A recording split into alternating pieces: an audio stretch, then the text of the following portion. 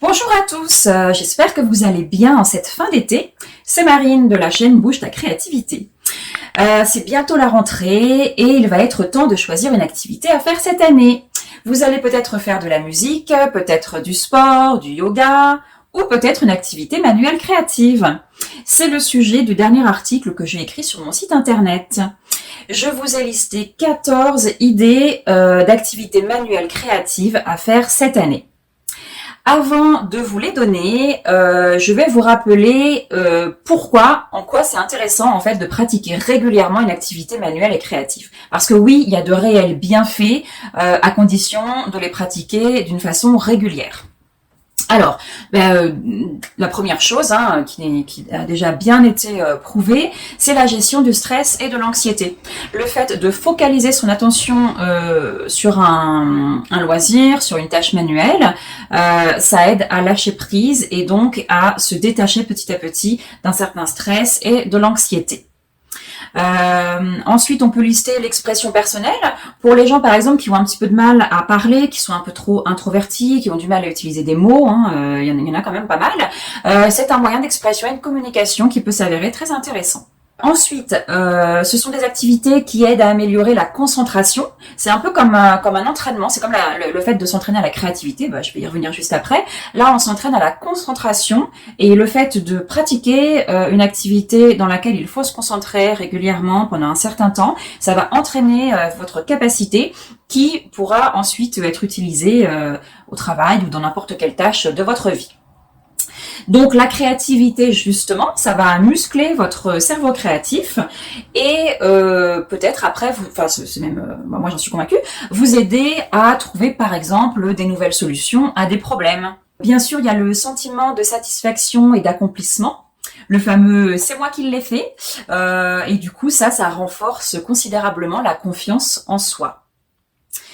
Ça peut permettre d'améliorer sa gestion du temps. Pourquoi ? Eh bien, tout simplement parce qu'on va se bloquer un temps bien défini pour ça toutes les semaines.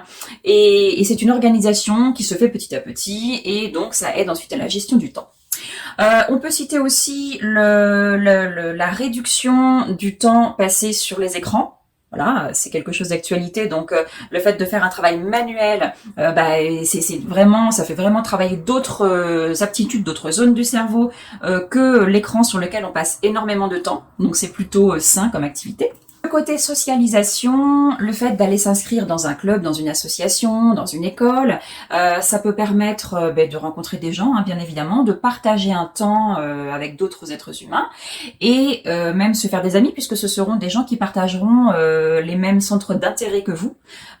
Donc c'est plutôt sympa. Et évidemment, plaisir et détente, c'est un moment de bonheur, un moment de parenthèse dans un quotidien super rempli, super stressant. Et ça a pas de prix, quoi. C'est un petit moment privilégié de soi, avec soi et avec quelque chose de l'ordre du plaisir, du sensoriel. Et ça peut vous apporter énormément tout au long de l'année. Et j'oubliais aussi, ça va vous faire travailler une meilleure coordination œil-main, par exemple. Alors selon le loisir que vous allez choisir, la motricité fine des mains, oui, ça se travaille à tous les âges, le sens de l'observation, etc. Enfin, après, ça dépend vraiment de l'activité que vous allez choisir, mais en tout cas, c'est très certainement intéressant de travailler tout ça. Alors c'est parti, on y va pour les 14 idées d'activités dans lesquelles vous pouvez vous inscrire à la rentrée. Alors la première, c'est la peinture ou le dessin.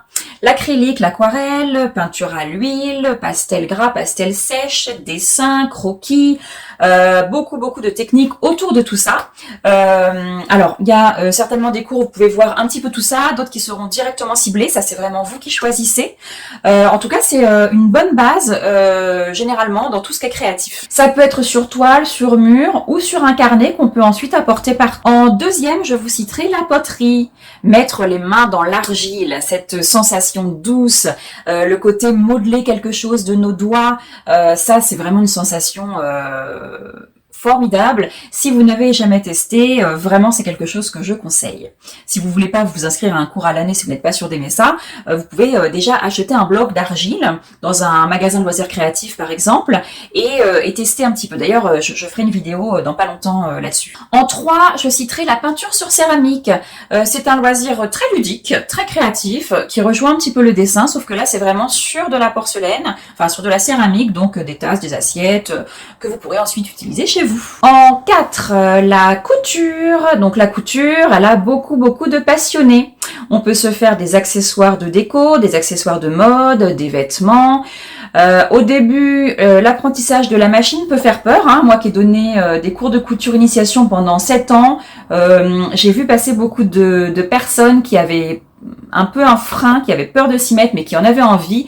Et vraiment, une fois qu'ils voyaient que l'utilisation de la machine, ce n'est pas si compliqué que ça s'apprend. Une fois qu'on a passé ce petit cap, après, c'est que du bonheur. La couture, c'est très plaisant à faire, c'est très satisfaisant. En 5, je citerai le scrapbooking. Le scrap, c'est aussi quelque chose qui rassemble de nombreux passionnés. Nombreuses passionnées, il y a beaucoup plus de femmes que d'hommes qui en font. Donc le scrap à la base, c'est la mise en valeur de photos dans des albums. Ça peut être aussi détourné en carterie ou en carnet créatif. En journal, en art journal aussi. Donc là, il y a plein de techniques à apprendre autour du papier. Donc plier, couper, coller, trouer, installer des œillets, ancrer, tamponner, créer du relief. Alors par contre, attention, c'est un loisir, quand on commence, ça demande souvent à acheter beaucoup de petits accessoires.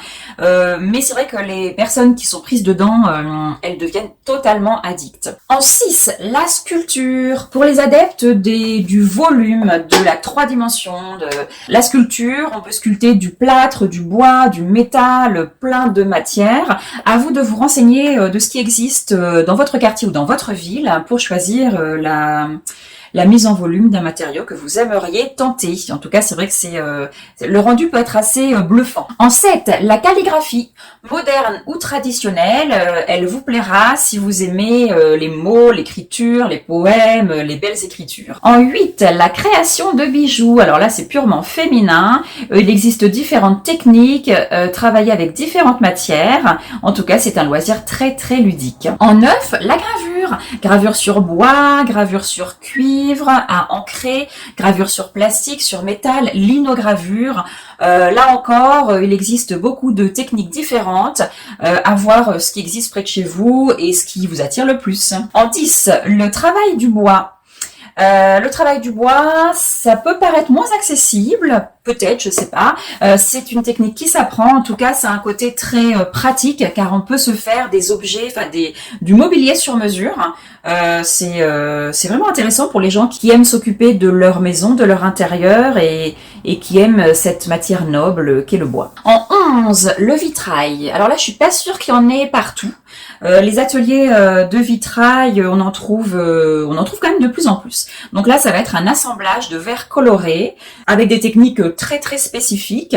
Le vitrail peut vous emmener dans un univers que vous ne connaissez pas et qui peut être captivant. En 12, le tricot ou le crochet, ou encore le macramé, le tissage, la broderie, l'art du fil. Alors là, beaucoup de passionnés encore, surtout qu'une fois qu'on a appris les bases, c'est quelque chose qu'on peut emporter un peu facilement et qu'on peut faire chez soi, sur le canapé devant la télé, dans une file d'attente, dans le bus.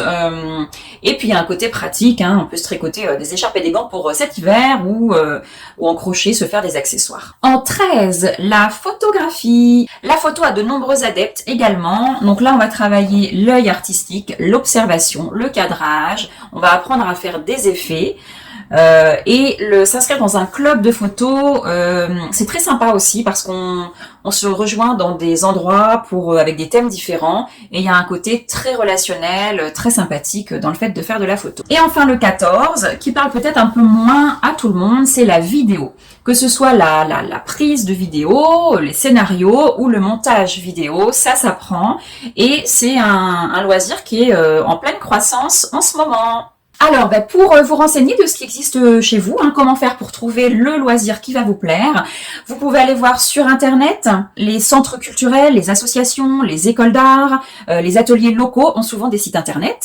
Sur les réseaux sociaux, bien sûr, il y a une mine d'informations. Dans les magasins d'art et magasins de loisirs créatifs, n'hésitez pas à aller chez eux et à leur demander s'ils ont des contacts. Dans les bibliothèques locales également, vous pourrez avoir des renseignements et peut-être même qu'il y a des choses qui se déroulent dans la bibliothèque. N'oubliez pas vos amis et vos connaissances, votre famille, vos collègues, et demandez-leur s'ils ont déjà pratiqué des choses et leur retour.